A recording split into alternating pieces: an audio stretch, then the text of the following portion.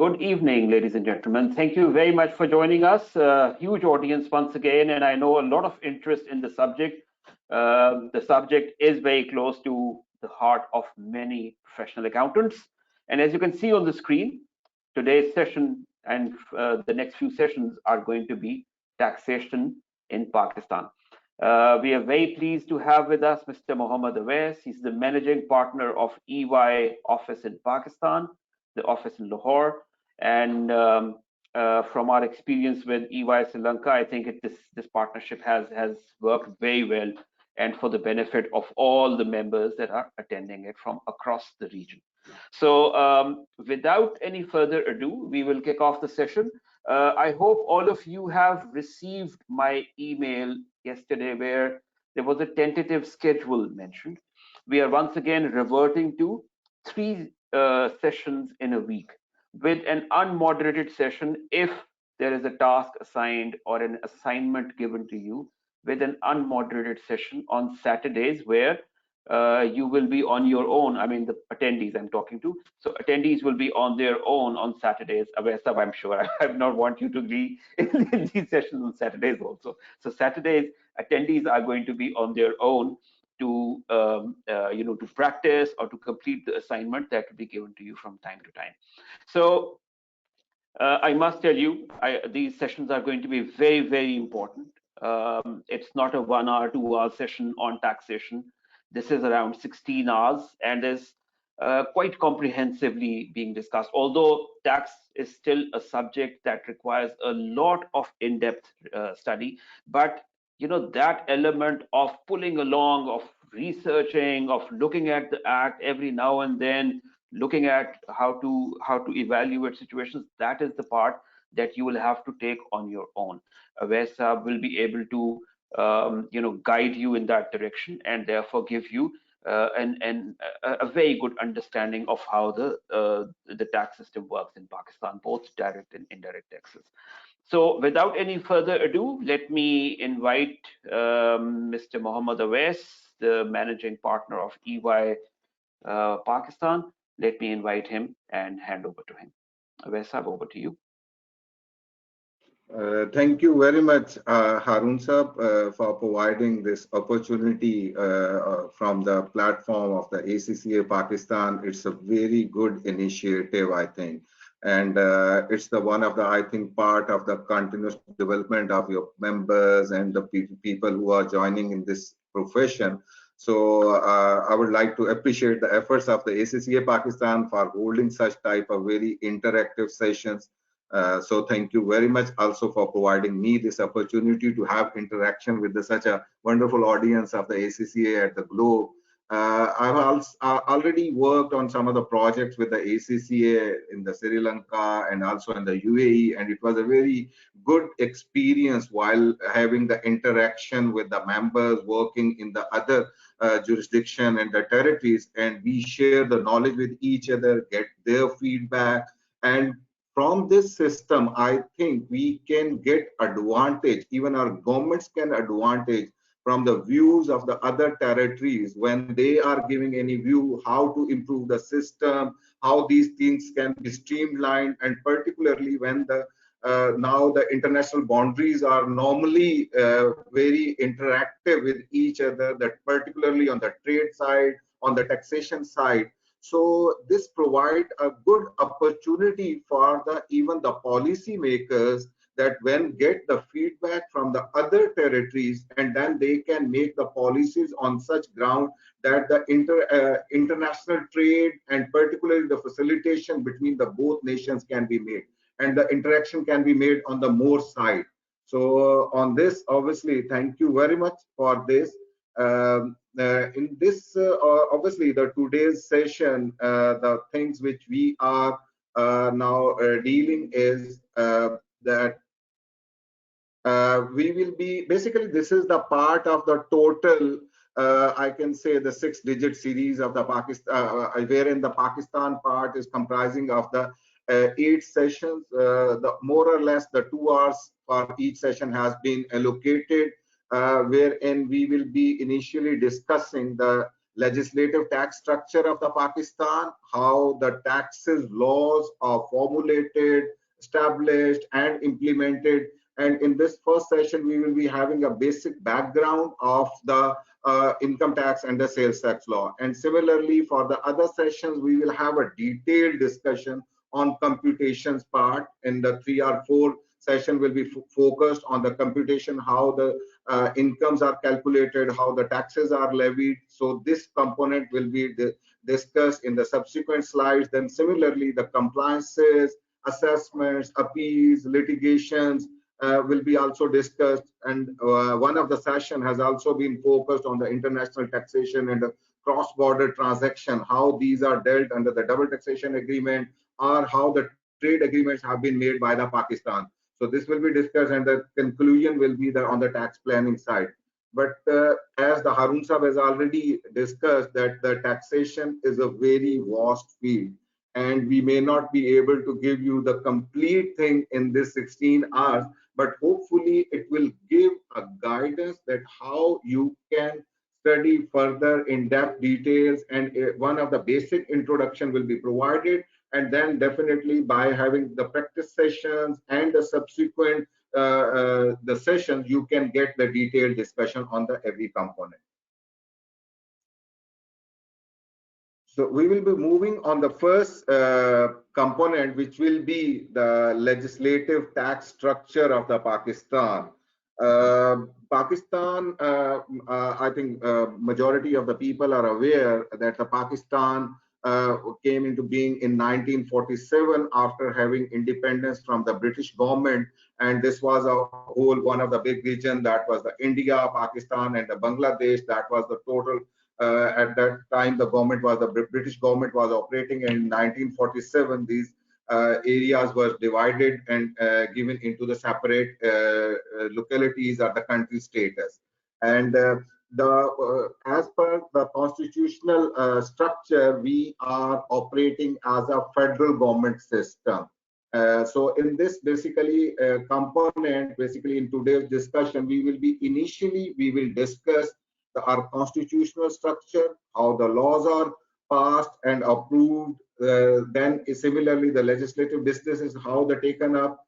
Because of our structure, the federal government and the provincial governments are there. So we will be discussing the segregation between the federal and the provincial taxes. What are the tax collecting agencies who are collecting taxes under the federal laws and similarly under the provincial laws. And then we will discuss a brief overview of the income tax and the sales tax side. So moving towards the first component, that is the constitutional structure, as I already mentioned, that the first session was in the 1947 when the Pakistan was established.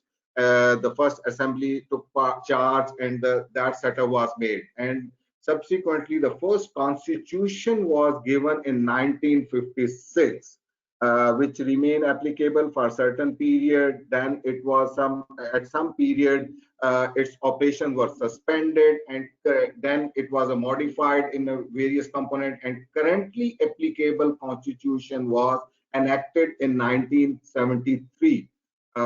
In certain amendments have been made in this constitution, but this is the prime constitution and the prime law of the Pakistan, which deals with particularly all the areas how the federal government will be operated, what are the areas under which the federal government is empowered to make the laws, regulate the things, and what are the areas wherein the authority have been given to the provinces for making their laws and the things.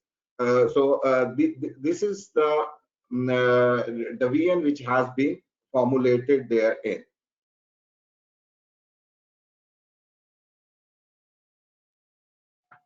Just I'm taking 1 minute break.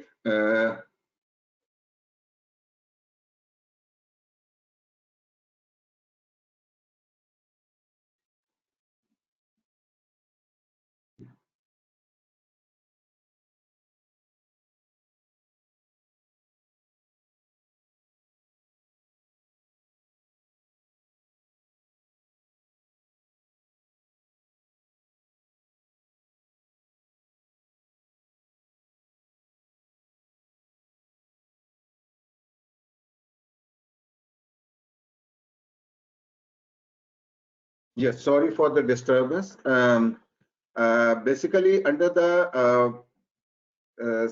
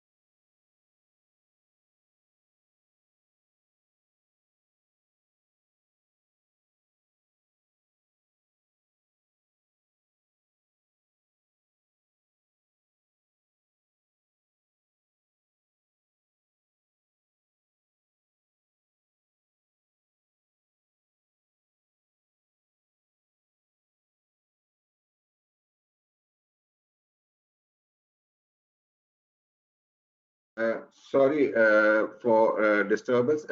Harun sir, am I audible and clear? Yes, Prashad, we are clear. Okay, thank you. As we are discussing that the Constitution of Pakistan is the supreme law, which was established and enacted in 1973, and some of the changes have been made in the various types. And basically, the concept is that the Pakistan government will be run under the federal system of government, wherein there is one federation and the four federating units, which are the provinces, and the powers in the constitution have been divided between the federation and the federating units. One of the major amendment, and that was very important amendment, was made in 2010, which is called as 18th amendment to the constitution, wherein basically the provinces were given the much of the autonomy as were previously was available to them. And beside the some of the other thing, the power to levy tax on certain activities was also devolved and were provided to the provinces. Specifically, the sales tax on services that was devolved, and it was given to the provinces the sole responsibility that the entire sales tax on services will be collected by the provinces. So for the tax point of view, this was a very important amendment, and keeping in view, it has been highlighted here.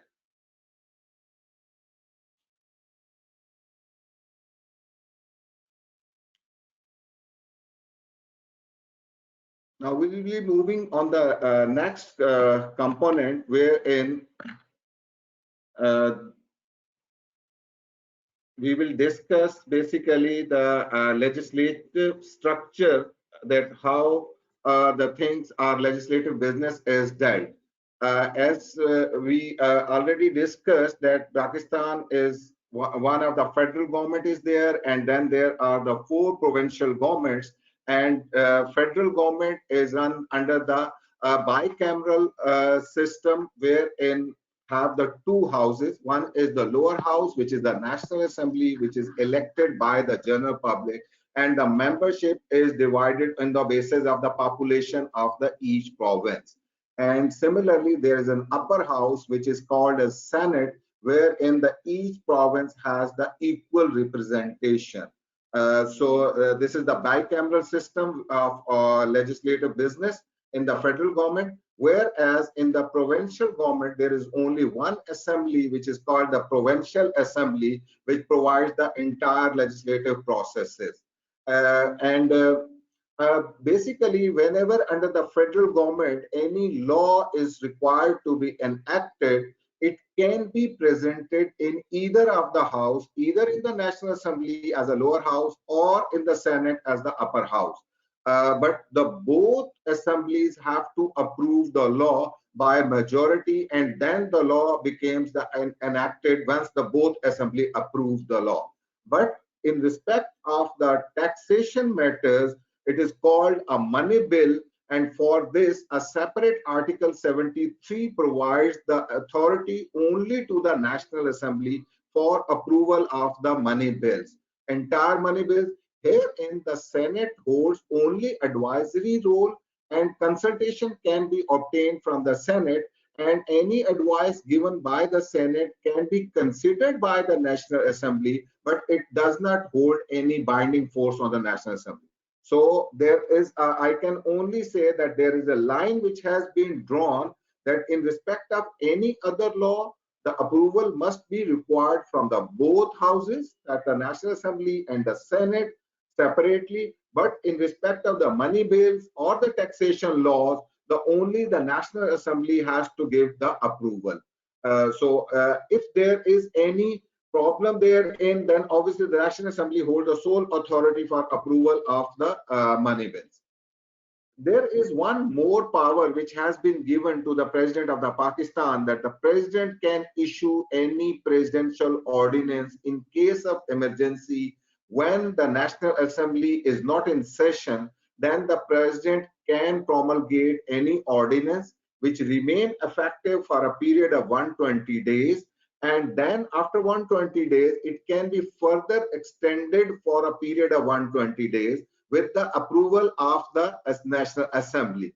And then this ordinance is required to be approved by the Assembly, and if Assemblies does not approve any such ordinance, then it will be lapsed after its original period of 120 days if the extension has not been granted.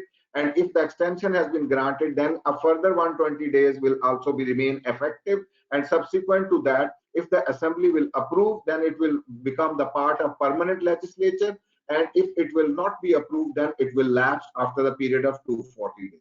And similar power is also available to the governors of the each province, but with the reduced period of 90 days, that the governor can introduce any ordinance which will remain effective for a period of 90 days. And similarly, with the consent of the Provincial Assembly, its period can be extended for a further 90 days.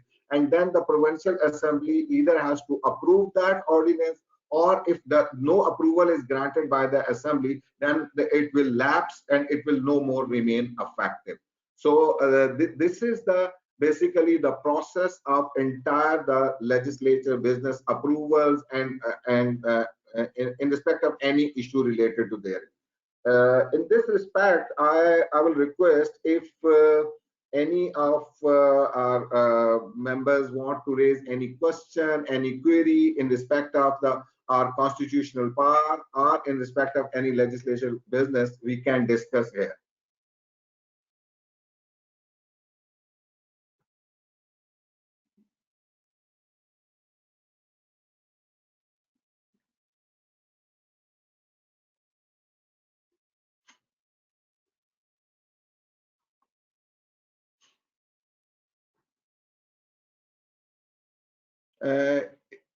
If there is no question, then we can move towards the further part, which comprises of the federal and the provincial taxes, basically that bifurcation, what taxes are covered under the federal government authority and what are the provincial government authority.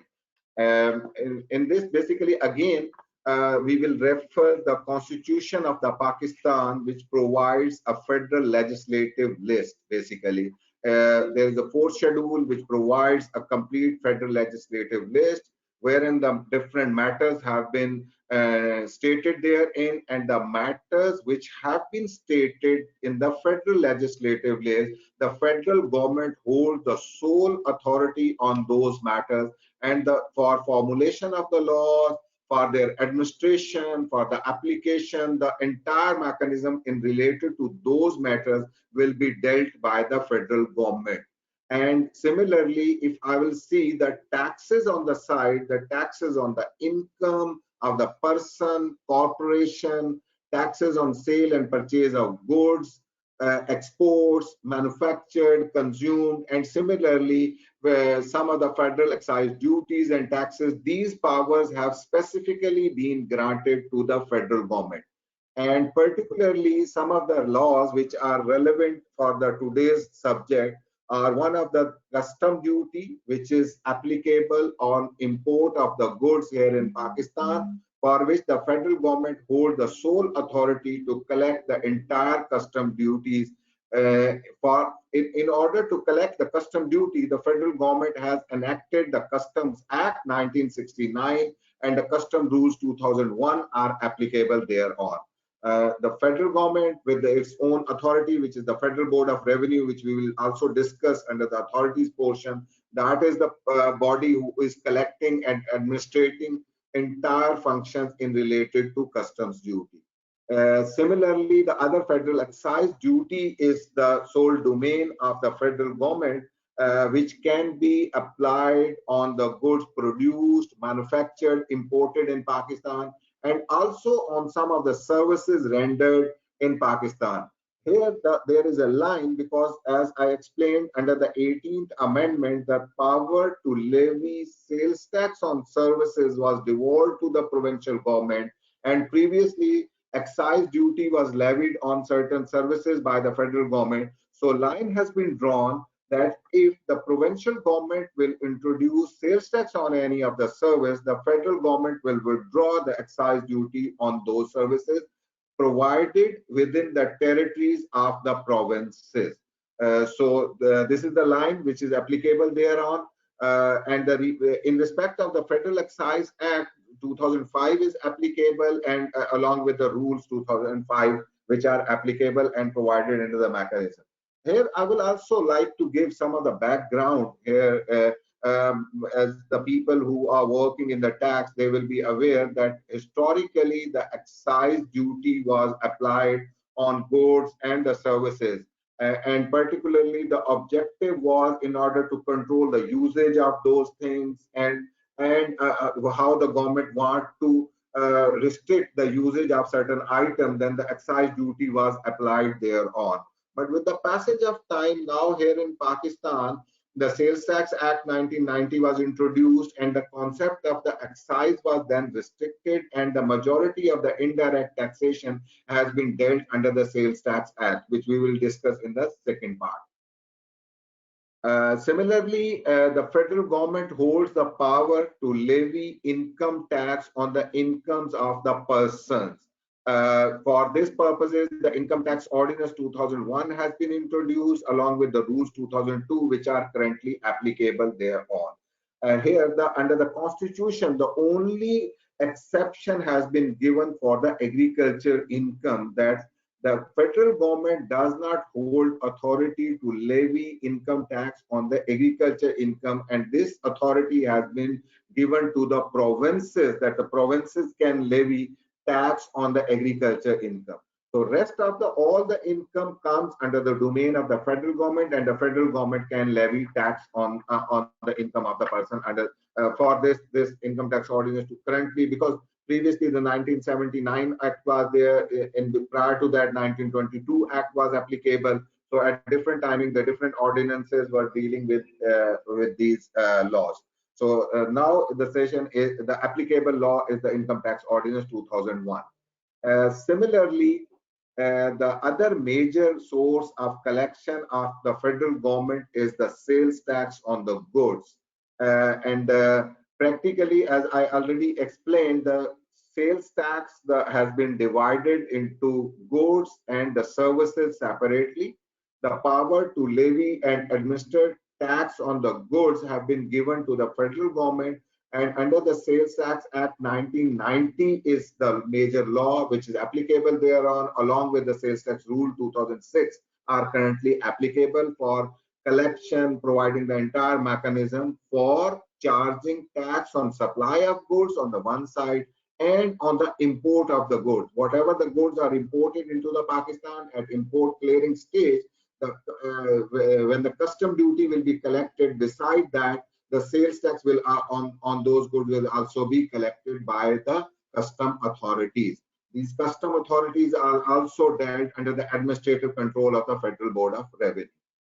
Similarly, one of the exception is there because I already explained that Pakistan is operated one of federation and 4 provinces, and one of the Islamabad capital territory is dealt by the federal government. So the capital territory, any service provided within the capital territory of the Islamabad is dealt under the Islamabad Capital Territory Ordinance 2001. This is tax on service ordinance and controlled and managed by the federal government with the assistance of the Federal Board of the Revenue.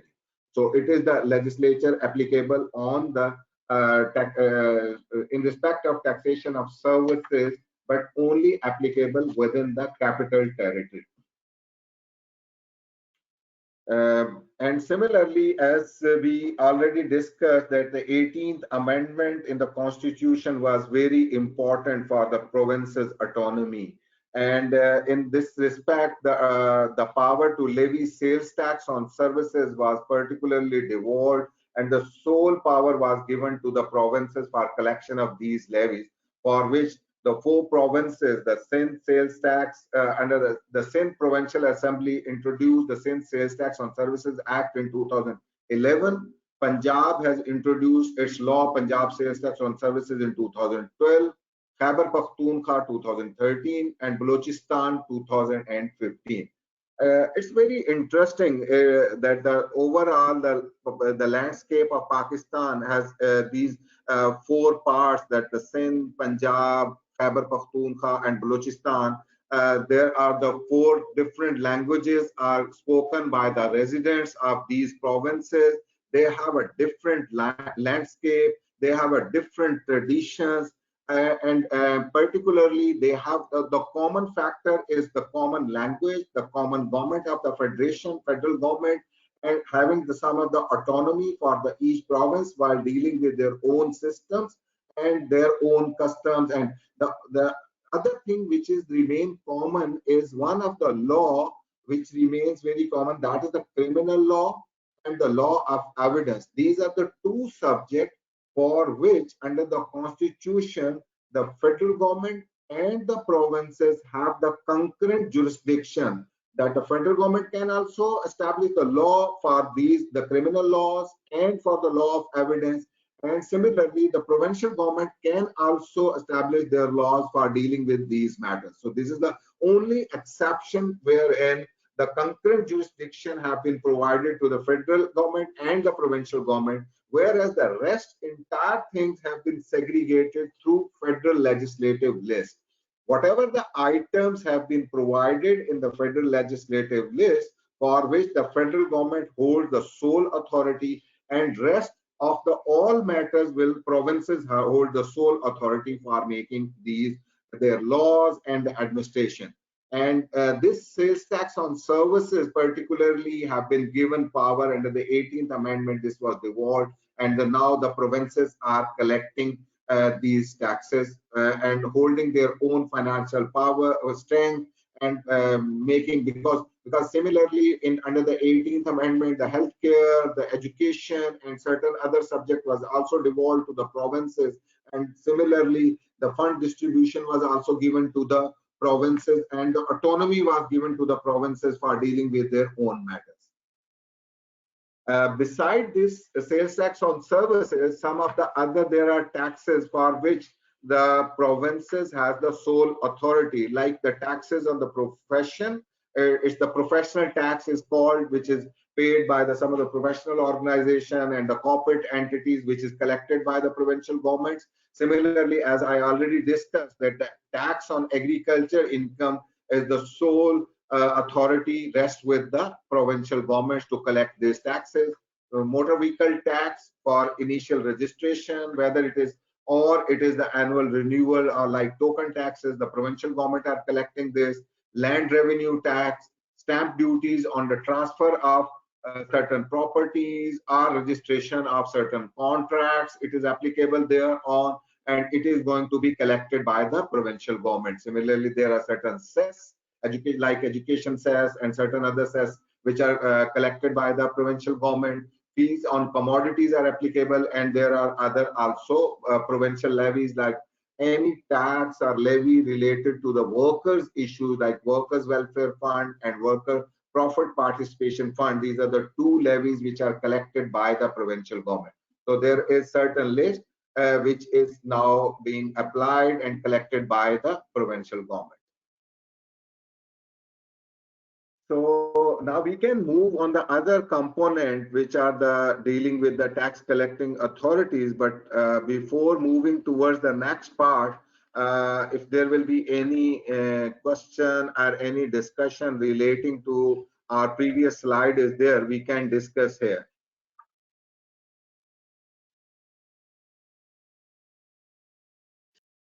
There are a few questions. I'm waiting for my signal to improve. So if you can hear me, there's a question from Shakil Ali. He's saying, which authority regulates sales tax in HK and Gilgit-Baltistan? This is by Shakil Ali. Yeah, this question we can deal in the tax collecting authorities. We are discussing basically AJK and Gilgit-Baltistan are having some autonomous arrangement, and particularly they have both authorities have adopted the Pakistan tax laws, and they have their own tax collecting authorities. But in the next part, we will be discussing the tax collecting authorities, and I will also explain this beside the Pakistani tax collecting authority. There are a couple of other, I would rather call them a bit preemptive questions, but a few questions where Athar Mukhtar is saying, sir, kindly confirm if supplies are made to other than federal region provinces, where to deposit tax on supplies. Is it federal, as other regions have their own GST rates, but I think the rate for supplies is the same 17%. It's a little preemptive, but if you want to answer the question as well. Yes, I can answer here too, but it will be more beneficial when we will be discussing. In the today's presentation, there is component which will provide the basic introduction of the sales tax on goods and sales tax on services and the rates thereon. So it will be more appropriate if we will discuss in that component. But this will be addressed. Surely this component is part of our presentation, so we will discuss this. Excellent, thank you very much. There are a few comments. So Muhammad Hashim has already put in a comment of praise. He's saying very interesting session. Thank you, Avesa. Moving on, Sayyid Muhammad Wasi has asked why in Pakistan this is income tax ordinance and not an act. So I think Finance Act describes it. If you want to maybe quickly answer that as well. Basically, when the income tax ordinance 2001 was introduced, basically the law, whenever is given, once passed the assembly, it becomes the act. And the process is that the ordinance is introduced in the assembly. Once the assembly approves that ordinance, it becomes, and then the president gave the assent thereon, and it becomes the act. But when this law was introduced, this was given the status of the ordinance, and sometime they give some of the acts they give in the preamble that it will be called as the first line. If you will read the income tax ordinance, it is called as Income Tax Ordinance 2001. So this is the name which was given, and this has been given in the first section 1, which provides the enactment of any of the law. But as a general question thing is that whenever any ordinance is introduced in the assembly, it is an ordinance, and once it is approved by the assembly and the president gives the assent to that ordinance, it becomes an act. So in generally, the first step is the introduction of the bill, and then discussion on that, and then enactment is passed, and then it becomes a part of the act. So in this mechanism, this has been established. Thank you very much. I think very explained in quite some detail. Very quickly, there are more questions coming in, but I'll just take two more questions. So Mumtaz Hassan has asked, can government impose sales tax and excise duty on the same product? Yes, they have the power.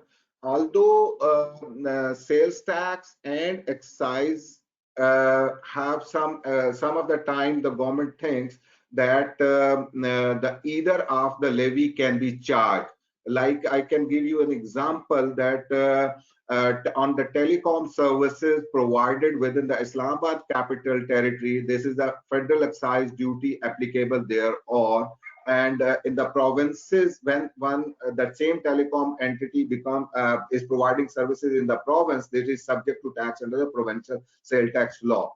But there is no duplication in this respect, because the only services which have been provided in the Islamabad, that is dealt under the Federal Excise Act, whereas in the provinces. But in certain areas, the government has the duplicate power. Like I think in beverage, some of the time the duplicate levy was there in on the beverage industry. Similarly, on the tobacco, some of the time in the past there was duplication, but now the government is in the majority of the cases the removing the duplication, and only single levy is charged thereon. And currently the excise is only applicable on a very limited items, and now the majority of the taxation is dealt under the sales tax on goods or sales tax on services. Excellent. Thank you very much. Vaisab, there is a suggestion that we take a 5 minutes namaz break. So what would you say about that? Can we take a 5 minutes break, or we allow participants to take individual namaz breaks? Our constitution says that we are an Islamic country and we will follow the norms of the Islam. so we will obviously we will take the break, and then we can resume back in 10 minutes 10 or minutes? 5 minutes. 10 minutes it is. 10 minutes. After 10 minutes. 7 o'clock.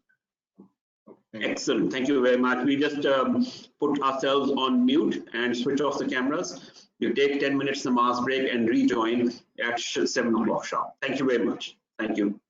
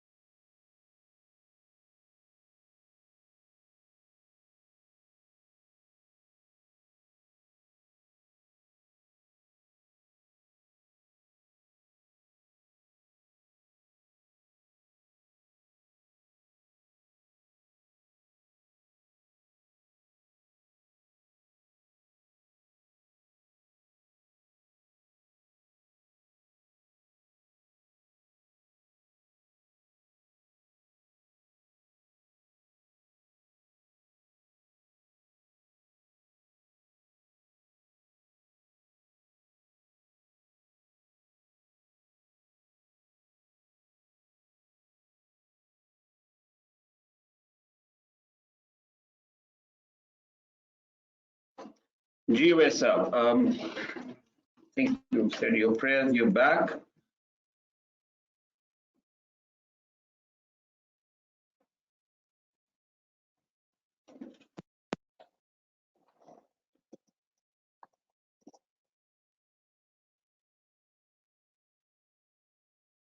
Yes, we can start, I think. Yes, we can. Gigi, we Yes. can resume now. Vaisa, there are many questions regarding sales tax and the jurisdiction of provinces. I think all those questions we can defer for now, as these are beyond the scope of today's discussion. Just one final question, and that was about agricultural tax. So I thought that was a little different sort of asking you. The question is about. Is from Manzoor Elahi, who's saying, what if we used our agricultural commodities in our mills, like sugarcane in the sugar mill? So does the agriculture tax law applies on that income? Yes. Basically, agriculture income is exempt under the Income Tax Ordinance 2001 because of the fact, as already explained, that the power to levy tax on agriculture income is devolved to the provinces. So federal government cannot levy any tax on the income of the sale of the agriculture produce. Here, and the definition has been given in the Income Tax Ordinance 2001 that the agriculture produce is up to the stage when it is ready and fit for use. All the activities before becoming that stage, that will be covered under the agriculture income. In the case of the sugar cane, obviously up to the delivery of the sugar cane to the sugar mill, any income earned by the person who is growing that product and selling, basically this exemption is restricted for the persons who are producing those goods and then selling those goods. So to that extent, that will be the income will be remain exempt, and any subsequent process applicable thereon, that will be the taxable income as a general rule.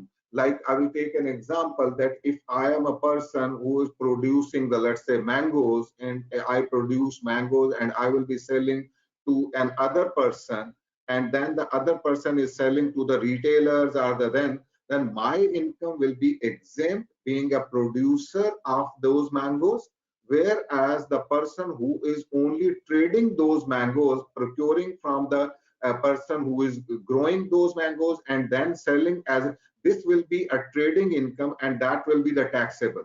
So the trading of agriculture produce is not exempt from tax, and that will be a business income of that person, whereas the person who is growing those products and keeping them up to the stage that these are fit for sale in the market, to that extent any income attributable to those activities will fall under the ambit of the. Excellent. Thank you very much. Very detailed and descriptive answer. Thank you very much. There are a few more questions, but in the interest of time, I think we should proceed. There are a few individuals who've raised hands as well, but I think towards the end, if we have time, we'll allow them an opportunity to ask these questions verbally also. So over to you, Vaisa, for continuing with the session. Thank you. One more thing, which basically previously we were there was one question, and meanwhile I got the opportunity to recheck that part, and that is the why the income tax ordinance is called and why it is not called the act.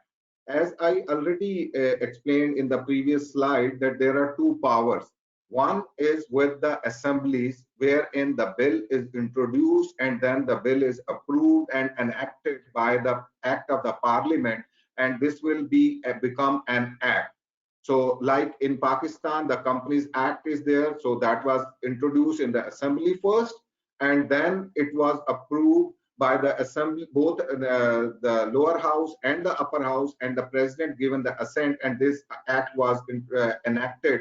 So this is called act. Whereas the Income Tax Ordinance 2001 was introduced during the period when the our constitution was suspended and the presidential set of the government was applicable thereof. So president, by using the power, introduced that ordinance for, as I said, that the ordinance can be introduced for initial 120 days, which can be extended. But during this period from 1999 to 2003, our constitution remained suspended and that entire powers were vested with the president of the Pakistan. So that ordinance was introduced in 2001. So it was given the status of the ordinance. And then subsequently, when in 2003, the constitution was reapplied, at that time, this saving clause was introduced in the constitution under the article 270AA, wherein all the ordinances and the laws promulgated during the period from the suspension of the constitution was enacted. So the title remained the same and it was then validated by the assemblies in 2003. So in that situation, this remained the entire, the ordinance of 2001 was applicable there. So this is one clarification which was coming from the previous question. So now moving towards the other part, that are the basically tax collecting authorities which are applicable here in Pakistan. As we already discussed that there are two set of, like the federal government has their own authority and the provincial government holds their own authorities. Just one moment so I can.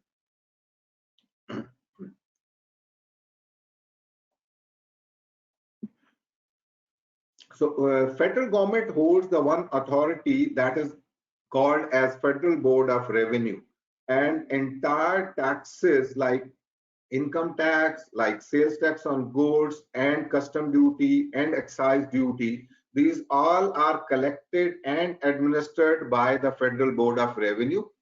Beside that, the sales tax on services applicable in the Federal Capital Territory of Islamabad, that is also administered and controlled by the Federal Board of Revenue. Whereas the provinces has different authorities for the purpose of collection of sales tax on services. They have established their own authorities. That Sindh Revenue Board is collecting the sales tax on services applicable in the territory of the Sindh. Similarly, Punjab Revenue Authority is collecting sales tax in the Punjab. Khyber Pakhtunkhwa Revenue Authority and Balochistan Revenue Authority are collecting sales tax on services in their respective territories. Beside that, in like in the Sindh, the collection of Workers Welfare Fund has also been assigned to the Sindh Revenue Board, whereas in the rest of the provinces, these are collected by some of the other authorities. Even in the local government is collecting some of the provincial taxes, and in Punjab, the Board of Revenue is collecting stamp duty and things. So there are some other authorities which are also collecting the other taxes applicable in the Punjab. So this is the basically overview of the collecting authorities. And now we will be moving towards the application and overview of just an income tax and the sales tax parts. Income tax is the basic, I can say, the tax which is applied, which is the direct tax applicable on the income of the persons.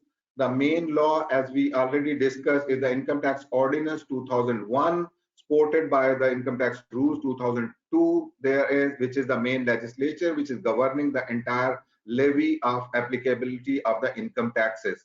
And the income tax is charged on the basically taxable income of a person, and it is charged on yearly basis depending upon the rates provided for the each year. And the entire process, how the taxable income will be computed, which are the persons who are on which this tax will be applied, and which are the years for which this levy will be charged, has been dealt in the under the provisions of the Income Tax Ordinance and the Income Tax Rules 2002.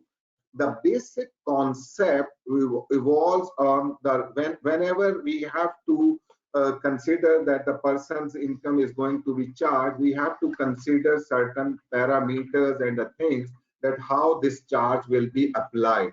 So the most important is the first thing we have to discuss the status of the person, because when we say the person under the income tax ordinance 2001, it will include the individual, similarly an association of person or the company. So basic division under the law for the providing of the rate and mechanism of the calculating of income has been divided into the three parts. That is the person who is earning the income as an individual, then the rates will be the different things, and again in the case of the individual there are two divisions, that is the person is earning the salary income or other than salary income. So this we will discuss in the next slide, how the income will be distributed amongst the heads of the income. But the role of the person will remain important. And then similarly, the company covers all the entities which have been established under the Companies Act 2017, or any body corporate which has been established under any law, whether it is in Pakistan or outside Pakistan, all will be considered as the company for the purpose of taxation. Similarly, any trust that is also considered as the company, and the provincial government and the federal government, these all will be fall within the ambit of the company. So the company holds a very broad, I can say, the definition wherein the entire companies which have been established under the Pakistan Companies Law, that will be companies. Similarly, all the foreign companies which have been established in their respective countries, that will be also, if they are establishing any branch office or any establishment in Pakistan, or they are earning any Pakistan source income, they will be also considered as the company for the purpose of taxation. And similarly, the general term, in some of the jurisdiction, the term firm is used, or is the an association of person, or in the Pakistani law, the term association of person has been used, which includes the entire firms. One is the concept of old applicable there is in Hindu undivided family concept, wherein the one of the family is running a one business jointly. So that will be also rules applicable on the association person will apply thereon. And if there is any artificial juridical person which does not fall within the definition of the company, that will also fall within the ambit of the association of person. So in order to levy taxes or the rules related thereto, we have to first determine the status of the person, whether the person is an individual, whether the person is a company, or the person falls within the ambit of the association of persons. So under these three categories, the person's income will be charged to tax. Similarly, the other most important thing, whenever there is a taxation element applicable on any of the person, then we have to see the residential status of that person, and whether that person is a resident of Pakistan or is considered as a non-resident person. Because this distinction is important in Pakistan tax laws, the resident person is going to be taxed in respect of his worldwide income, whether the income is earned as a Pakistan source income or it is a foreign source income, that person has to pay tax here in Pakistan. And in respect of foreign source income, if the person has already paid any tax which is equivalent to income tax outside the Pakistan in any other country, then the mechanism to claim the tax credit in respect of the taxes paid in the outside jurisdiction has been provided under the Pakistan tax law. So the resident will be taxed on the basis of total world income, whereas if the person is a non-resident, then the non-resident person will only be paying taxes in respect of Pakistan source income. So if any income is earned out of any source which is called as Pakistan source income, then only that part of non-resident will be subjected to tax here in Pakistan. And the law also provides the complete definition for each head of income, that how the salary will be considered as Pakistan source income and how the salary will be considered as foreign source income. Similarly, how the business income will be considered as Pakistan source income or foreign source income, or capital gains or income from rent of the property or anything. So this all for all heads of income, which we will discuss in the later slide, they have completely explained in the law that how this income will be considered as Pakistan source income. And this is important particularly in respect of non-resident person, because the only income considered as Pakistan source income will be subjected to tax in Pakistan in respect of the non-resident person. And when we see that how the person will be determined whether the person is a resident person or a non-resident person, again, the rules have been prescribed in the ordinance for all three categories of the person. Like an individual, they say if the individual is present in Pakistan for 183 days or more, the person will be considered as a resident individual, and its taxation will be dealt as that the total world income will be taxed here in Pakistan. Because of the fact that some of the foreign individuals are also coming in Pakistan in respect of their employment arrangement or in respect of their any other activities. So one of the concepts also have been introduced in the ordinance for short-term resident individual. And for the short-term resident individual, again, certain exemption have been given, that if the person is coming from abroad, staying in Pakistan, and in particular year, his stay in Pakistan is 183 days or more, then obviously that person will become a resident person and will be taxable on the basis of total world income. But in respect of employment exercise, if part of the year that person has employed outside Pakistan, so for short-term resident individual, the exemption has been given in respect of certain foreign source income. So these rules have been completely defined and explained in the ordinance, that who will be considered as a short-term resident individual, and for short-term resident individual, obviously the certain relaxations have been given while taxing their total world income. And similarly, if any person is an employee of a federal government of Pakistan or any provincial government of Pakistan, is even staying abroad for whole of the year, but that person will be considered as resident of Pakistan, and the income of that person will be subjected dealt as per equivalent that the person will be considered as a resident of Pakistan. So this is the exception, because for these persons, the number of days stay will not apply, rather their employment status will determine their residential status.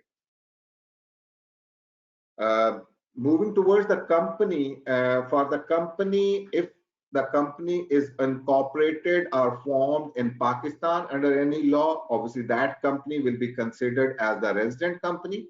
And in case the control and management of entire affairs of the company is situated in Pakistan at any time in a year, that company will also be considered as a resident company.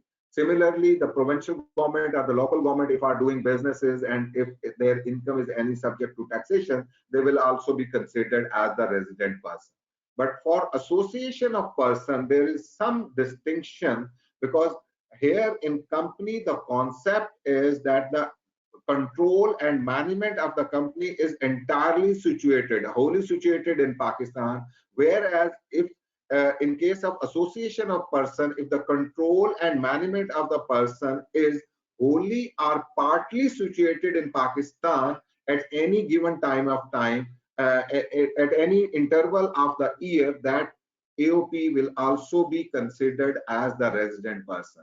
So for the resident and the non-resident, it will see that in case of individual, number of days stay is important, that the stay is 183 days in a year or less. And whereas in case of company, one rule is for establishment under the laws of Pakistan, and the other rule is that if the control is wholly situated in Pakistan. Whereas in case of association of person, wholly or partial, if the controls of the management affairs is in Pakistan, that will be the resident person. Here, one thing is very important when we are talking about the year. This is the concept of the tax year under the tax ordinance. And we have a normal tax year, we have the special tax year. Our normal tax year starts from first day of July every year and ends on 30th of June of the next year. So 1st July, let's say 2021, will be the starting year, and 30th of day June 2022 will be the ending year of tax year 2022. It will be denoted by the year wherein the year end lies. So 22 tax year, whenever will be said, it will be the covering the period from first day of July 21 to 30th of June 22. But in certain cases, the law provides the facility that the concept of special year have been introduced, and normally the corporate sector having the, let's say, the subsidiary of any foreign entity want to adopt any other year, let's say January to December, the calendar year, or any other period, then the law provides the special powers to the authorities of the Federal Board of Revenue to grant special approval to that person for adopting the special year. And that special year, again, as a rule, will be the denoted by the year where in the normal year, the year end date will fall. Let's say December 21 will fall in the normal tax year of 22, because normal tax year is starting from July 21, ending on 22, and December 21 is falling within this period. So December 21 will be denoted by tax year 22. So this is the concept of the tax year, and it will remain applicable particularly in order to calculate the residential status, number of days stay, similarly whether the controls were here applicable in Pakistan or not. So this year will be utilized accordingly. And similarly, if the person does not fulfill any of the criteria provided for the determination of the residential status, then that person will be considered as a non-resident person. So this is all about the person and how the residential status will be determined, and particularly the concept applicable for determination of Pakistan source income and the foreign source income. After determining this, obviously the next comes that how the taxes will be calculated. Again, generally under the income tax ordinance, we have the two types of regimes. One is called the normal tax regime, wherein the taxable income is calculated by deducting the cost of any activity from the gross revenue, and also deducting any administrative or selling expenses therein, and coming toward the taxable income. And then the taxable income will be subjected to tax according to the rates provided for each category of the person, which we will discuss the rate part in the next slide. And the other part comes under the final tax regime. For some of the transaction, it is called that these will be taxed on the gross transaction value. Like I will take an example that the export sales are going to be taxed here in Pakistan under the final tax regime, wherein the 1% of the gross export proceeds is deducted by the financial institution at the time of realization of the export proceeds, and this 1% will be considered as full and final tax liability of the person exporting the goods here in Pakistan. So then that person will not be subject to any rule or regulation applicable for normal tax regime. Neither the taxable income will be calculated, rather the tax will be charged on the gross transaction value or at a certain provided rate applicable for that type of income. The concept as for the purpose of taxation is very important, that once we have to first step as we have to calculate the taxable income of the person. And when we say the taxable income, firstly we will calculate the income from that activity by deducting the entire cost or expenses incurred in order to earn that income, and then we will also deduct certain allowances have been given which may not be directly related to that business activity or that activity, but there are certain allowances. Like I will take an example that there is an obligation of industrial undertaking that they have to pay the workers' welfare fund, the workers' profit participation fund to the government. So there are certain allowances available under the ordinance that they can reduce their tax liability by those taxable income by those deductible allowances which have been paid. And the major category is like the zakat under the Islamic law has been paid if to certain institution, that is considered as deductible allowance, which is not directly attributable even though for that activity, but allowance will be given. Similarly, worker welfare fund, worker participation fund. Similarly, on some of the interest income, interest paid on if the person has obtained loan from for the purpose of construction of the house, then the allowances are given to that individual person. So the taxable income will be the total income as reduced by the deductible allowances, and the total income will be the sum of the all incomes earned under different heads of income. And even if the income is exempt, then also will become the part of the total income. Once it will become part of total income, then it will go into the hands of the taxable income. And then if there is exemption thereon, then the exemption will be claimed on that part. But initially, the all heads of income will be consolidated and the total will be considered as a total income of the person. And once we will reduce the deductible allowances out of the total income, then it will be categorized as the taxable income, and the tax will be rate will be applied there. When we go on the heads of the income, the law has distributed. One is the salary income, for which the separate rules have been prescribed that how the salary income will be computed. Similarly, the income from property, the letting out of the property, and if any person is driving any income from that activity, that will be calculated under the rules prescribed for income from property. Income from business is the major head of income which deals with and provides the rules for calculating the income from any business conducted by individual, AOP, or the company. So the rules have been prescribed which part will be considered as the gross revenue, which will be the deductible allowances, and even in certain cases they have harmonized the thing, like in depreciation case they have prescribed the procedure that this rate will be applied thereon. So standard rules have been prescribed for calculating of income from business, and this part we will be obviously discussing in details in the computation part. Similarly, capital gains on any gain earned on disposal of capital asset, this will be taxed under the head capital gain. And any income, if it is not covered under any head of income, then that will be falling under the income from other sources. And some of the heads have specifically been prescribed, like interest income. If it is not earned by financial institution, then this will be falling under the head of the income from other sources. Similarly, the dividend income, the royalty, and some of the cases. So this is the examples of the income from other sources. But generally, if any income does not falling under the four heads, that salary, property, business, and capital gain, then it will be taxable under the head income from other sources.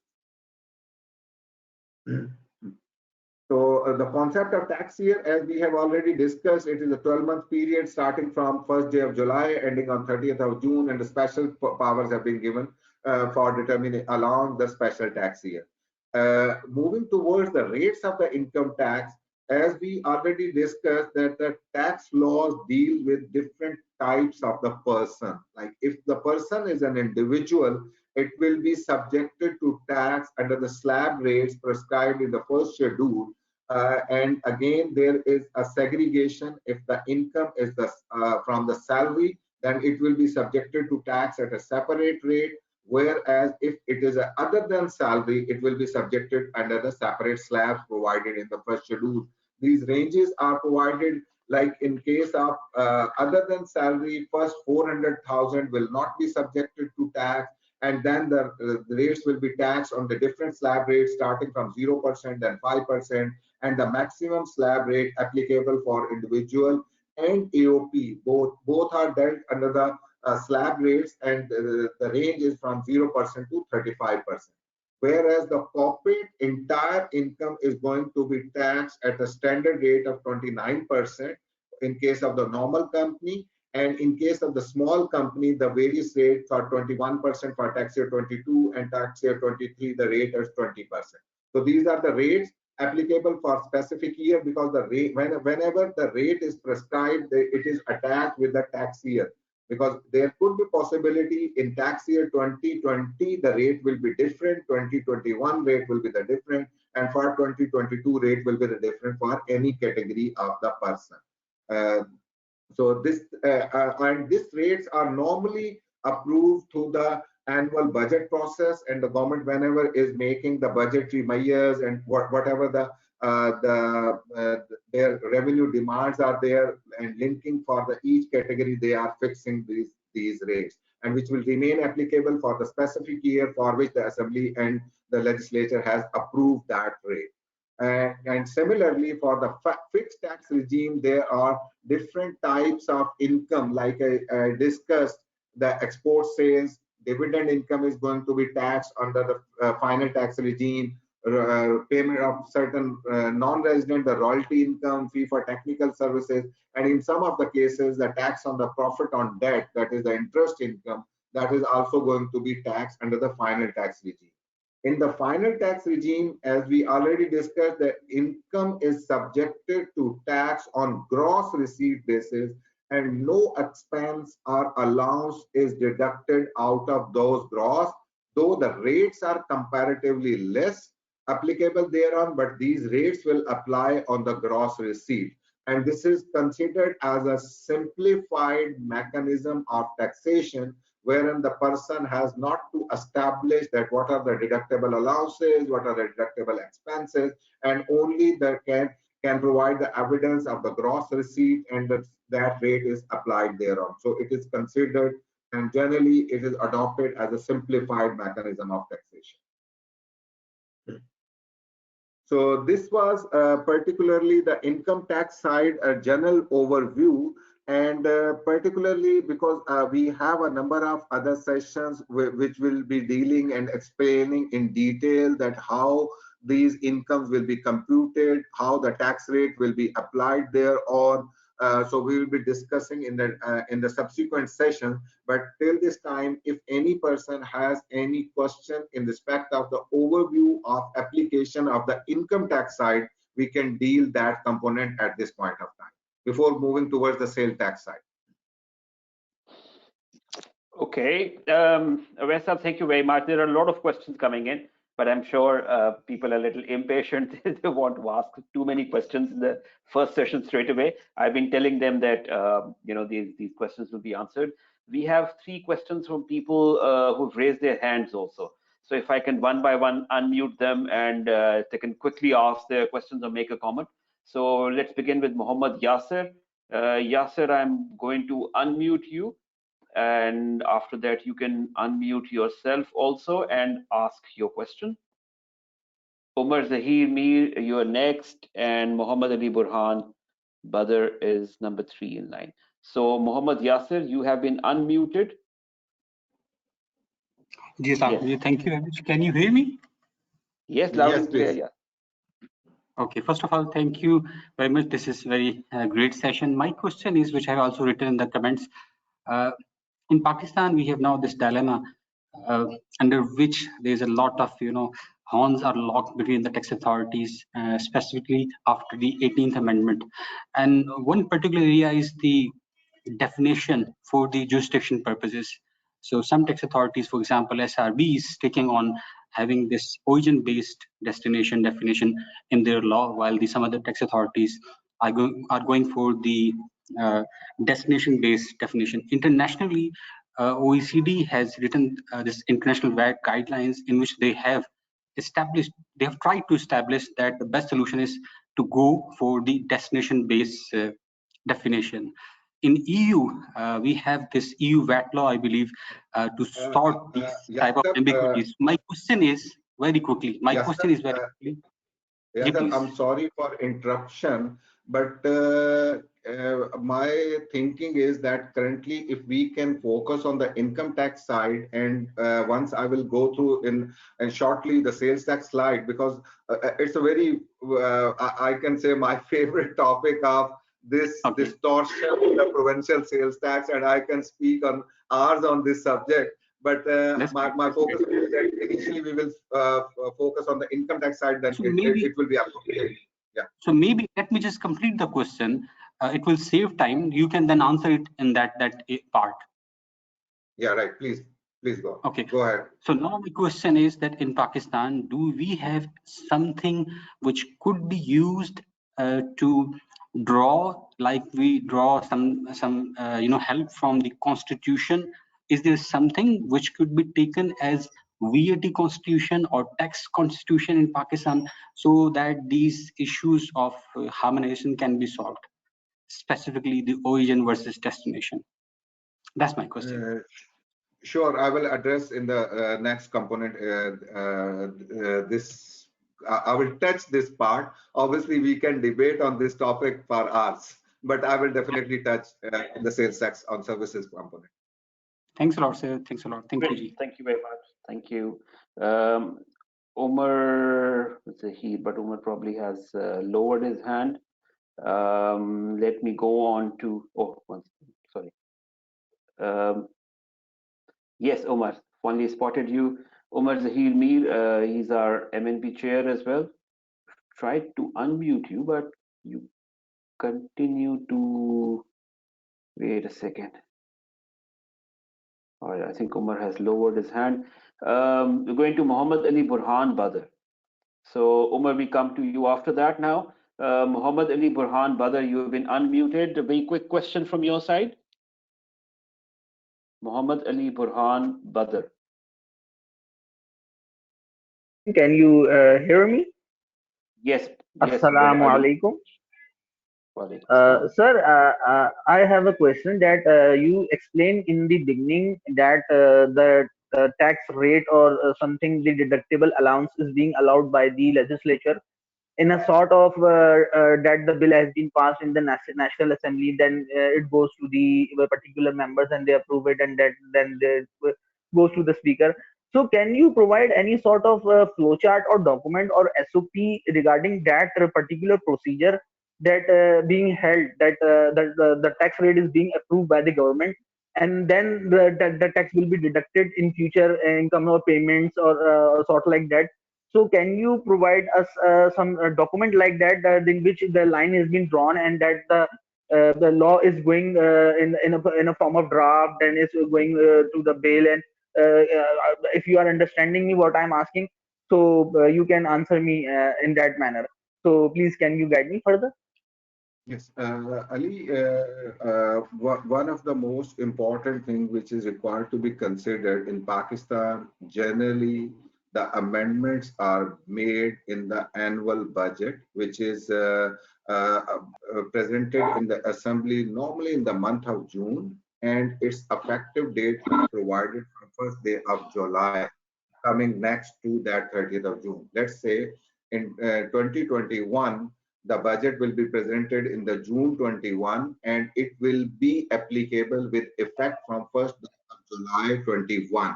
And this will be the budget for the year called as 21-22. So this is the normal nomenclature which is assigned that this budget, because that budget is for the period starting from 1st day of July 21 and will remain applicable till 30th of June 2022.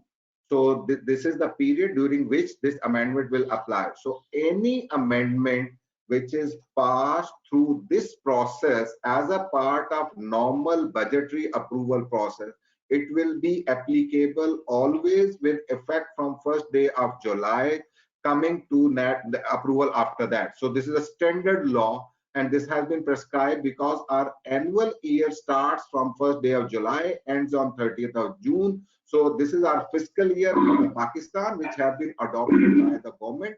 So any change will remain applicable thereof. In between, yes, but this is not the only method for making changes in the taxation law, because as we discussed earlier that the changes can be made even for the through the ordinance process, or any money bill can also be introduced in the assembly during the period of that time. So as we will be witnessing in the recent past period, 2 or 3 supplementary bills were presented and approved in the assembly. So whenever any supplementary bill will be presented, it will become effective from the date the president will sign that bill. So you have to consider that when the bill have been signed by the president, from that date immediately that law will become effective, except for if the law has specified and specifically provided in the clause that this provision will apply with effect from that date, specifically provided in that ordinance. So there are 2-3 things which you have to consider. One, whether the change has been made through annual budgetary process, it will be applicable with effect from 1st day of July coming to that year. If there is during the period any bill has been presented, then the date on which the president will sign, that will be the effective date of that law. And if the law provides the application of any clause or any provision, any specific date, then that specific date will become relevant. If you will see, in case of some sales tax laws, sometimes they say that will be applicable with immediate effect from the tomorrow, the rate will be this. So in that situation, the law will specifically write that this rate will apply from this date. Otherwise, generally 1st day of July or from the date when the president will approve that bill. Thank you very much. Thank you. I think this is quite a detailed answer. And my apologies, Sayyid Asghar Saeed, we are short of time, but Umar, you have the control. You can ask your question. Thank you, Harun. Can you hear me? Yes, now we can hear you. Perfect. Assalamu alaikum, Abbas Bhai. How are you? Yes, fine, perfect. No question So nice here. I just had to be here today, both as a friend and also as the chair of MNP and Tax Committee. On behalf of our entire MNP, we wanted to thank you for taking time out. And mashallah, you are doing a great session. Best wishes to you, and keep on doing the fantastic work, and hope to see a lot more of you in the future too. Thank you, Umar. It's my pleasure. Yeah. Thank you very much. So, Avesab, can we continue with the sales tax now? Yes. And I know there are many questions in writing, but we can, I think, in the interest of time, go ahead and then see if we have time in the end. Yes. Moving towards the sales tax, as we discussed earlier, that the sales tax on goods is charged and applied to the separate legislation, whereas sales tax on services is applied to the provincial legislation. So firstly, we will discuss on the sales tax on goods, which is the domain of the federal government. And the federal government for this purposes has introduced the Sales Tax Act 1990 and the Sales Tax Rule 2006 are governing the entire procedures and levies, rates, and everything under these laws have been prescribed. In Pakistan, sales tax is generally, obviously, is an indirect tax which is charged on supply of goods and the import of the goods. And it is generally applicable because other territories people are there. Some of the jurisdiction, it is called the VAT, the value added tax. And so Pakistan sales tax is principally based on VAT, wherein in furtherance of taxable activity, if one person is supplying goods to another person, the person supplying goods is charging tax, which is considered as output tax of that person, and the person procuring goods will be considered as input tax. And if that person who is procuring will subsequent supply, the input will be deducted from the output, and then the tax will be calculated. So this is purely based on VAT model and generally applied there. And the name has been given as the sales tax law in Pakistan. So it is for the purpose of charging any sales tax on any taxable supplies or imports, firstly, the person is required to be registered under the sales tax law. So the registered person can charge sales tax at the time of making any taxable activity or supplying of the goods. So that person will be the charging sales tax. And similarly, the registered person will be the importing goods and paying sales tax at the time of the clearance of the imported goods from the custom authority. So that will be paid at the time, along with the custom duty, the sales tax will be paid thereon. So this is the general concept applicable for the sales tax, that it is applicable on the VAT mode under the concept of input tax and the output tax. Output tax is charged by the supplier of the goods, and input tax adjustment is available to the person who is procuring the goods. And on the same side, if the person is importing goods and the paying sales tax thereon, it will also be categorized as an input sales tax thereon. And this input will be deductible while calculating the tax liability of the person. Here in Pakistan, the liability of the sales tax is calculated on monthly basis.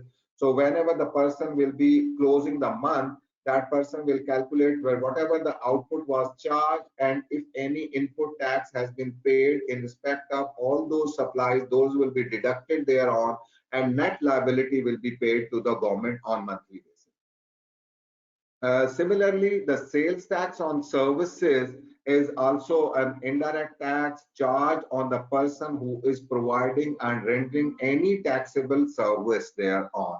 And because of the fact that this is a provincial levy, and we have the four provincial territories, Punjab, Sindh, Balochistan, and Khyber Pakhtunkhwa, and the fifth is the Islamabad Capital Territory. So we have already have a view that there are 5 tax laws which are dealing with the sales tax on services. And the person who is providing the taxable services, that is liable for charging of the sales tax thereon. And this is also based on the same concept of value-added system, that is the output will be charged by the person who is providing taxable services. And while determining the tax liability on monthly basis, any input sales tax incurred in respect of providing those taxable services will be considered as deductible. This is the general rule. Obviously, whenever we go for the sales tax, there are certain exceptions applicable thereon. That is the reduced rate. If the reduced rate is there, then the input concept will not apply, or if there is any restriction in respect of the claim of input tax. So the exceptions are there, but I'm talking about the general rule that the liability will be calculated on the basis of the output minus input, and net will be the liability which is required to be paid on monthly basis. And similarly, like import of goods, we also have a concept of reverse charge payment of sales tax on services, that if any person is procuring services from outside of the province, then the person procuring services is liable for payment of the sales tax on those services at the time of procurement. And like we discussed, and in case of import of goods, at the time of clearance of the import, the custom authorities collect the sales tax on imports.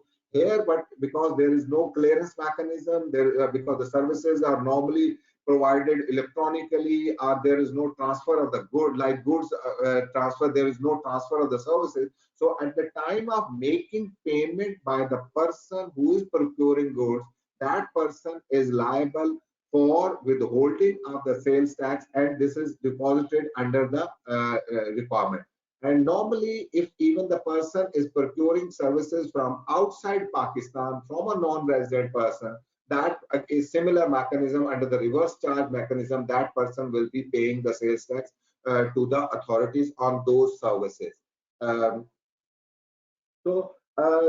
concept of input, as we have discussed, that the input tax will be any tax which has been paid in respect of goods or services procured for rendering of taxable activity, that will be considered as input tax, and that will be deductible from the output tax which is going to be charged at the time of supply of goods and services. So both laws, whether it is a federal sales tax on goods law or provincial sales tax on services law, these are having the same terminology of input taxes and output taxes. And similarly, on the rate side, when we move, that there is standard rate, reduced rate, exempt supply, and zero rating concept is there. Normally the federal sales tax on goods is 17%, and the federal sales tax on services is 16%, whereas Sindh rate is 13%, Punjab 16%, Khyber Pakhtunkhwa 15, and Balochistan 15. With the exception that telecommunication services are subjected to tax at the rate of 19.5% by all the provinces.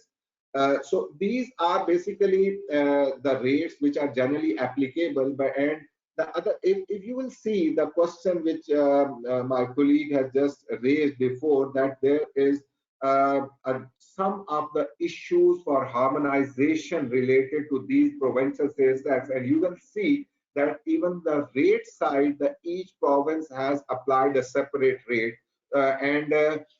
we have discussed this component with many times with the provincial sales tax authorities, and there is an entire project on harmonization side, one thing, and the other thing is the concept of that where the service will be charged to tax, whether where the service have been executed or rendered, or where the service have been consumed. So this is the concept where the services obviously have some of the differences, that some of the territories are claiming that the ultimate destination where the service have been consumed, that destination or that province has the sole authority to levy tax on those services. Whereas the some of the provinces are of the opinion that where the services have been actually rendered, because the concept of origination of the services, so that will be subjected to tax in the area where those services are originated. Though there are differences, but with the passage of time, I can say that the provinces are solving these differences, and they are moving towards I can say the progress. Like I will take the example that currently, because if you see the telecommunication service, the call can be originated from one province and can be terminated in the other province. So the both provinces obviously can claim, if the concept of origination will go there on, then obviously the province from where the person has originated the call, they will say that this activity will fall within their domain, whereas the other province can say that the call has been terminated or consumed in the territory where the call, the recipient of that call is based. So, but now the authorities sat together, they have resolved this issue, and they have sorted out this issue by sorting that informal agreement has been made, that on the basis of, they have distributed on the basis of the revenues, on the basis of the towers installed in the each jurisdiction, that if the number of towers are located in Punjab and Sindh and KP and the Balochistan, obviously the revenue will be distributed on those parts, and accordingly the returns will be filed by the telecom operator in each province by segregating the revenue of these services. But still, obviously, in respect of the certain service, similarly, I can give you one more example, like I was dealing with one of the case wherein the pipeline for transfer of petroleum product from one area to other area was using, and this transportation of the oil through pipeline or through even the other transportation mean was also, origination was in the one territory and the termination was in the other territory. But the provinces has also sorted out mechanism and settled on these issues. But still, obviously, on certain services, there are certain differences.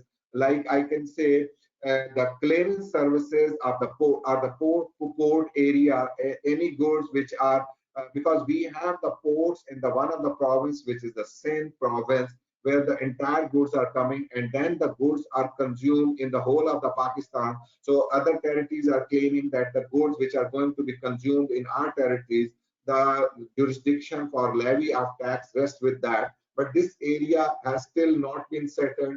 Similarly, advertising services, particularly on the media advertised, if the one of the media company having a head office in one of the province and relaying that advertisement in whole of the Pakistan, so the user is in whole of the Pakistan, but still currently informally, obviously where the head offices are located, the companies are paying taxes in that territory, but the other provinces are also raising claims on that. Yes, this is a disputed topic for which there could be different mechanism currently, because I was working on some of the projects which were handled by the World Bank project for harmonization of these sales tax laws, and we were trying to reduce the differences amongst the provinces while sitting all the provincial authorities. So they were agreeing on certain mechanism, and the last meeting I think was conducted in couple of months ago, wherein some of the issues were discussed. And the other constitutional forum is the Council of the Common Interest, which is prescribed under the Constitution that in case of differences amongst the provinces, the Council of the Common Interest can role it play, and they can solve the issues that how these things will be distributed. But practically, because of you can say the interest of each of the province, and every province wants to collect more money, obviously there is some of the differences which are currently I can say exist amongst these provinces.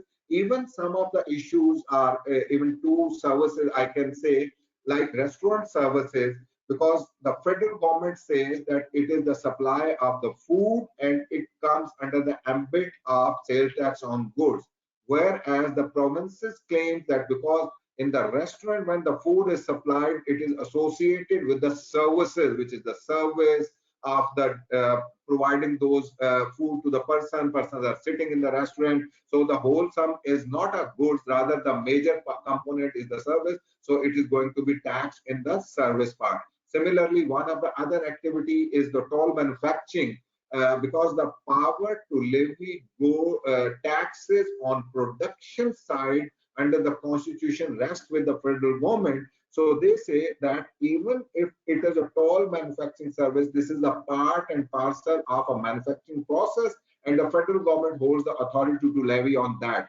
But the provincial claim that this is a purely service wherein there is no exchange of goods, and goods have been supplied by one person for processing to the second person. This is mere a service, and this will fall within the ambit of the service. So these are certain areas wherein I can say there are differences amongst the provinces or with the federal government for levy of taxes, but issue obviously can be addressed with the passage of time. Either the Council of the Common Interest will play its role and solve the issue, or the provinces will sit together, will agree on certain mechanism. One of the latest move I can only share that there was a concept that we can introduce a common return by all the provinces, and this concept although has been discussed with the provinces, and I was part of the process when we were discussing with the revenue authorities of Punjab, Sindh, KP and the Balochistan, and we were discussing that because of the fact that the taxpayer is facing a lot of difficulty while making the compliancing and the filing requirement of the each province, because if the person is dealing in 5 jurisdictions is the service provider, that person has to file the 5 tax returns, 4 for provinces, 1 for the Federal Board of Revenue. So its life is very difficult, and the compliance cost has increased too much. So we are discussing with them to agree on any single return which will solve their issues, particularly in respect of the filing requirement. And similarly, there can be some of the time the litigation is there that each province is claiming the right of taxation on each activity. So there is some sometimes the taxpayer has to face the multiple litigation for each province on the same activity. So the solution was there could be either a central collecting authority could be established by all 4 provinces, so that will be collecting and then distributing funds to the each province. There could be one mechanism, but definitely for this, some of the legislative support is required, which would be agreed by all provinces. And this can be said that once there are advantages of the 18th Amendment, wherein the provinces have been given the autonomy and each province is collecting their own revenues, but the disadvantage becomes for the taxpayers, other than the compliances costs have been increased and each taxpayer has to make compliance of the each authority. And if this role will be the centralized, will rest with the central government, obviously this problem can be sorted out. But there are different options which currently the each provincial government and the federal government is considering, while maintaining that, okay, the financial the autonomy will remain there. Each province will collect their own revenue, but to some extent we can reduce these issues of multiple assessments or distribution of these things. So the process is going on.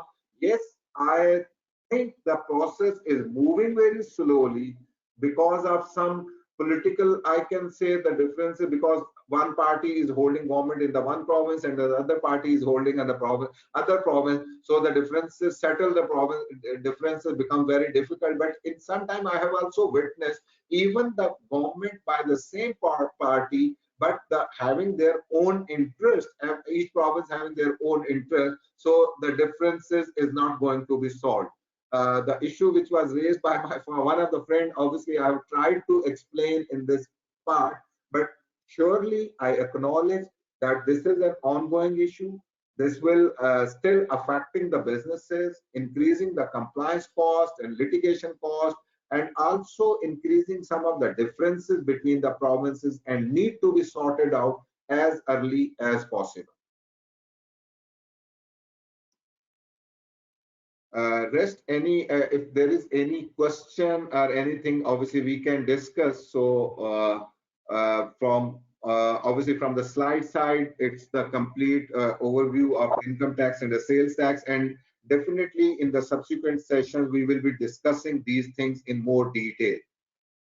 But at this point, any question or anything will be welcome.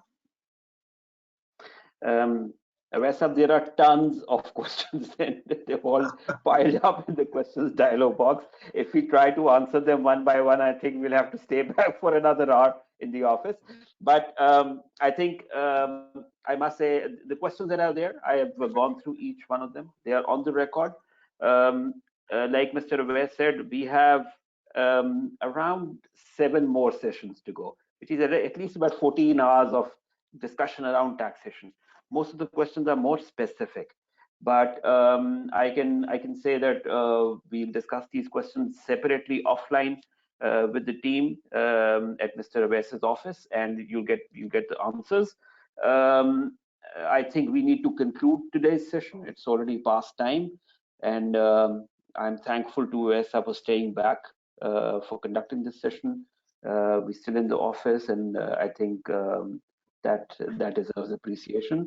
Thank you very much for taking time out and being with us. I think the attendance today was phenomenal. We had in total about more than 300 individuals who attended. Even right now, as the session is coming to an end, we are about 205 or 207 individuals still listening, and a lot of people asking about recordings and handouts and slide decks. So everything is available. The recordings are going to be available. You can go and download. If the concepts are not clear, I think if you can hear the recording once again, they'll be easily clear to you. If there are any further questions, of course, you know how to get in touch with us. I think with that, we close today's session. Of course, with the quest of trying to answer all the questions that are there, but we'll try to resolve them offline with you. Harun sir, I can give suggestion that obviously you can note down these questions, and in the start of the next session, we will see that wherever the question is relevant in that part, we will address that question in the relevant part. So that it will be the easy, because surely it was an introduction, and in the taxes, obviously there always remains the question, and satisfaction level does not come to an end. Whether it's a speaker No, the audience. that's very difficult to limit ourselves on the time, or is a person who has the interest on the subject, obviously the question will remain there. So we can list down and we can try to answer those questions in the respective parts. Okay, excellent. I think each and every question that has been typed automatically becomes part of a log that the system automatically maintains. So we have all the record of these questions. Awesab, of course, you're dealing with a very inquisitive audience here, and therefore the number of questions. But I think your suggestion is very valid. We'll sift through the questions, the ones that need to be answered at this stage. Start of the next session, we'll definitely request you or another representative of EY who comes in to answer these questions, and then we can continue with the rest of the agenda for the next session. Our next session is going to be on Friday as per my schedule. Feroz, if you can correct that. So today is Wednesday, and the next session is going to be on Friday, on the 18th, same time. So I think with that, we request leave. Thank you very much, Avesa, for your time. Thank you very much, all the participants, particularly Muhammad Yasser and Omar Zahir Mir. They were both here to support and encourage us in the session. Thank you for your presence as well. And we'll see you next time. Thank you very much, and take care. Thank you very much. Thank you, and Allah Hafiz.